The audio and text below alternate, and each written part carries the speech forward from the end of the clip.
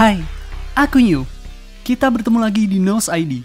Pada episode kali ini, kita akan membahas bagaimana hubungan antara aktivitas manusia terhadap penyebaran virus-virus mematikan. Pada kondisi normal, setiap harinya ada belasan ribu penerbangan yang menghubungkan ratusan kota di seluruh belahan dunia. Apakah kalian bisa membayangkan apa yang akan terjadi jika salah satu penerbangan itu ternyata membawa penumpang yang di dalam tubuhnya terdapat sebuah virus yang mudah menular ke orang lain?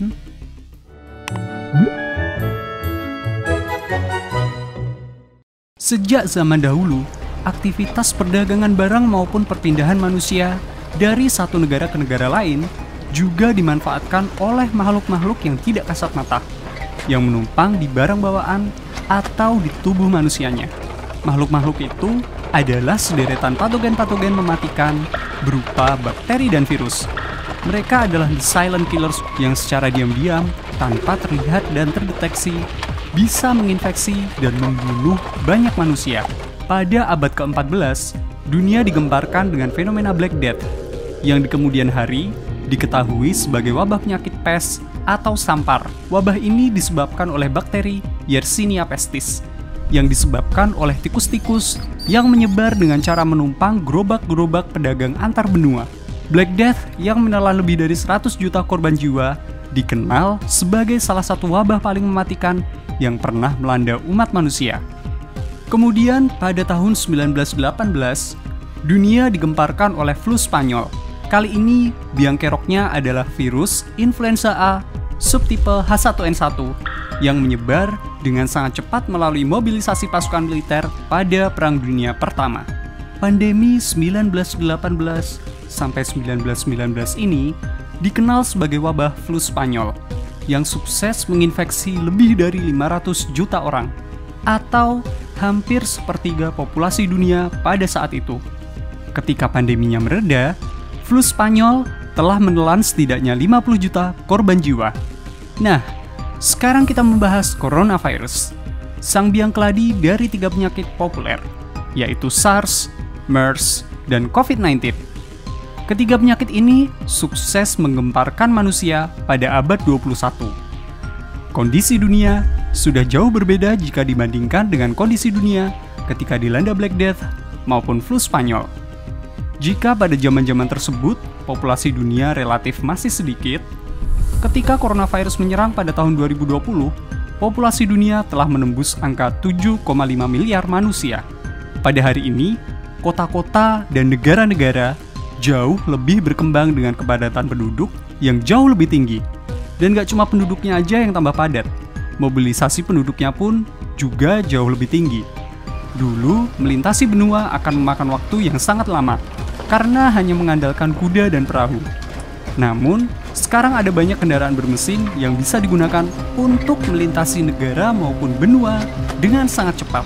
Sebuah pesawat bisa mengantarkan kita ke seluruh belahan dunia dalam waktu kurang dari 24 jam saja.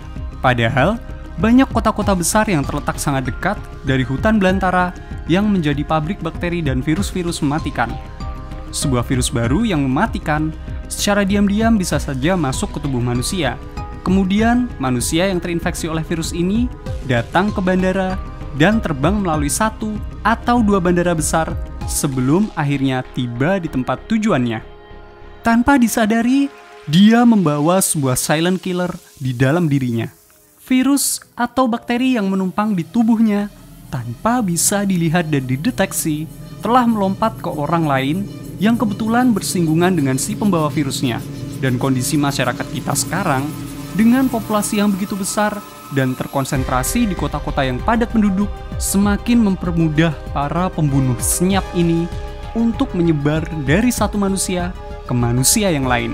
Ironisnya, selama ini banyak orang yang meremehkan kemampuan bakteri dan virus-virus silent killer ini.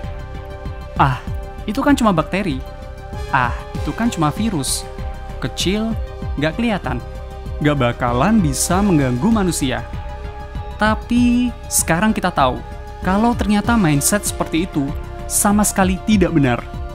Virus-virus dan bakteri silent killers ini selalu bermutasi tanpa bisa terdeteksi oleh manusia.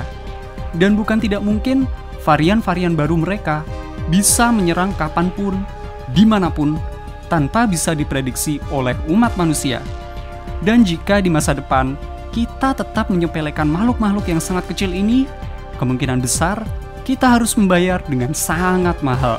Nah, kalian sekarang tahu kan kalau virus dan bakteri-bakteri penyebab infeksi mematikan ternyata menyebar dengan memanfaatkan aktivitas manusia.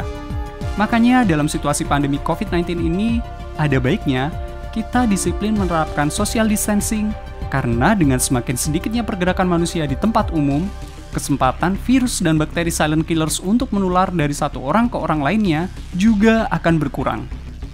Aku New, terima kasih sudah menonton video Nose ID kali ini. Jangan lupa untuk disiplin physical distancing, jaga kebersihan, dan rajin cuci tangan. Jangan lupa juga untuk share video ini ke teman-teman kalian ya. Dan follow juga Instagram Nose ID yang akan ada post baru setiap harinya. Dan sampai jumpa di episode berikutnya.